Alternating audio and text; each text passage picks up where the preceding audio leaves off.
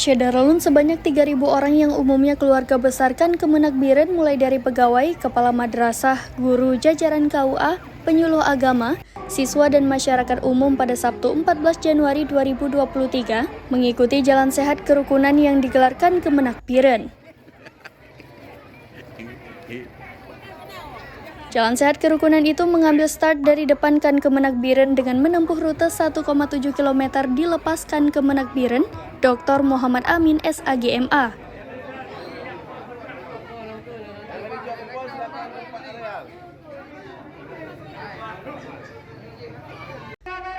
Sebelum pelepasan, perwakilan tokoh agama membacakan deklarasi damai umat beragama.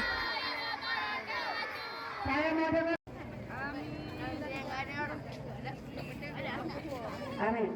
Baik, selanjutnya kita mohon kesediaan Bapak. Sebagian peserta ikut membawa anak-anak dan menggunakan kereta bayi ikut meramaikan jalan sehat tersebut.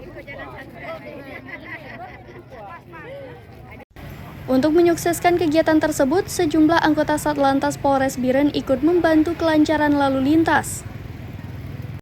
Panitia Jalan Sehat Kerukunan, Anis SAG, kepada serambinews.com mengatakan, Jalan Sehat Kerukunan itu serentak dilakukan di seluruh Indonesia termasuk jajaran Kan Kemenak Biren. Peserta Jalan Sehat mulai dari para pegawai, guru berbagai jenjang madrasah maupun masyarakat umum termasuk dari Bank Aceh Cabang Biren dan BSI.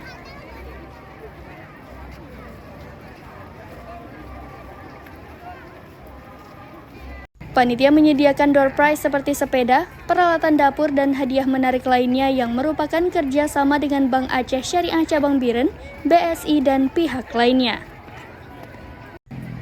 Dari Biren, Yusmadin Idris, serambinews.com. Dan 4. Berkomitmen untuk tidak menggunakan rumah ibadat sebagai tempat kampanye